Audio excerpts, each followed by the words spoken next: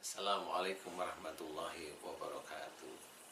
Saudaraku yang dirahmati oleh Allah, kita sudah sangat sering mendengar kalimat tauhid, yaitu dengan mengucap salah satunya la ilaha illallah. Kalau memang kita mau memahami perkataan la ilaha illallah, tidak ada Tuhan selain Allah, atau aku bersaksi tidak ada Tuhan selain Allah.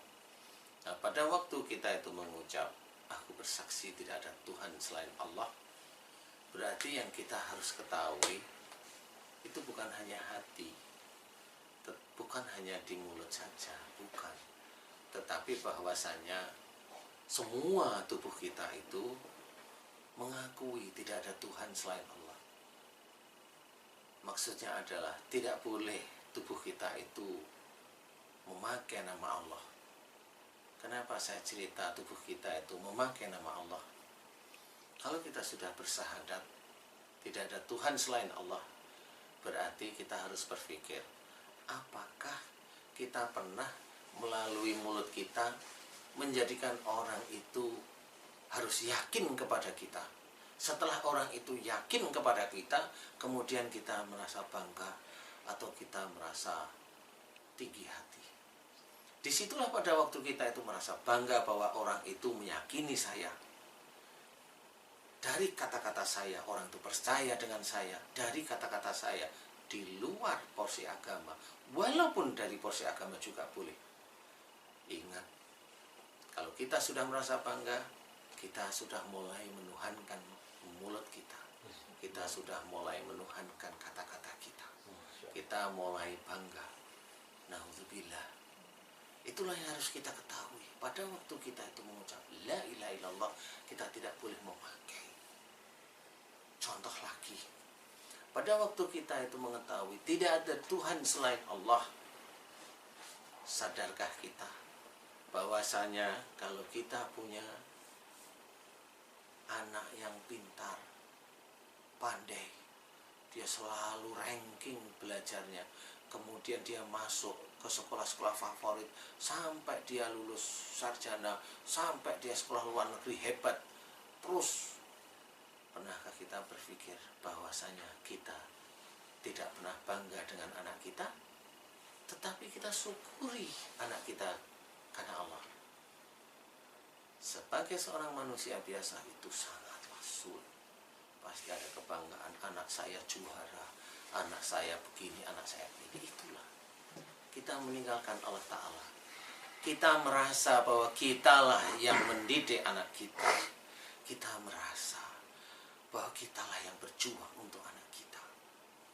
Padahal seseorang mempunyai kecerdasan, seseorang tidak mempunyai kecerdasan, itu sebenarnya atas izin Allah. Jadi kalau umpamanya kita pandai, kemudian anak kita pandai, tidak hanya cuma masalah genetik, tetapi itu atas izin Allah. Kita diizinkan pandai oleh Allah Ta'ala, itu sebenarnya karena Allah. Jadi bukan karena kita rajin belajar, enggak. Bisa kok satu keluarga itu satu pandai, yang lain tidak pandai. Yakin kalau itu genetik? Nah, disinilah harus kita pahami. Namanya tauhid itu harus kita jaga. Kalau kita sudah mengucap tidak ada Tuhan selain Allah, kita harus belajar memahami bahwasanya semua yang terjadi pada kita atas izin Allah, dan kita senantiasa mengucap la haula wala quwata illa billah. Bagaimana kita itu tidak memahami bahwasanya nikmat yang diberikan oleh Allah Ta'ala itu sebenarnya juga dari Allah. Bukan hanya cuma dari doa kita, belum tentu. Kadang kita tidak berdoa, Allah sudah ngasih. Kita baru doa seminggu, Allah sudah ngasih, kita sombong bahwa saya sudah berdoa kepada Allah Ta'ala. Nah, sudah mulai kita sombong lagi. Nah, disitulah harus kita pahami, saudaraku, bahwasanya kita sudah mulai bangga terhadap diri kita sendiri.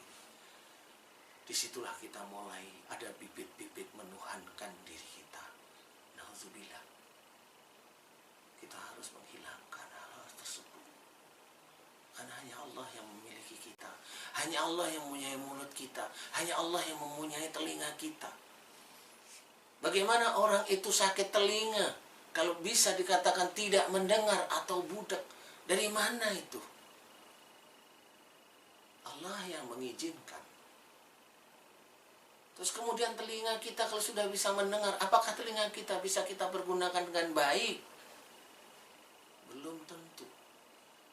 Yang kita gunakan dengan baik, kalau ada orang memuji kita suka, nah itu baru dipergunakan. Tapi itu pergunakan bukan di jalan Allah. Itu kita pergunakan telinga kita untuk menyenangkan hati kita, untuk menyenangkan ego kita.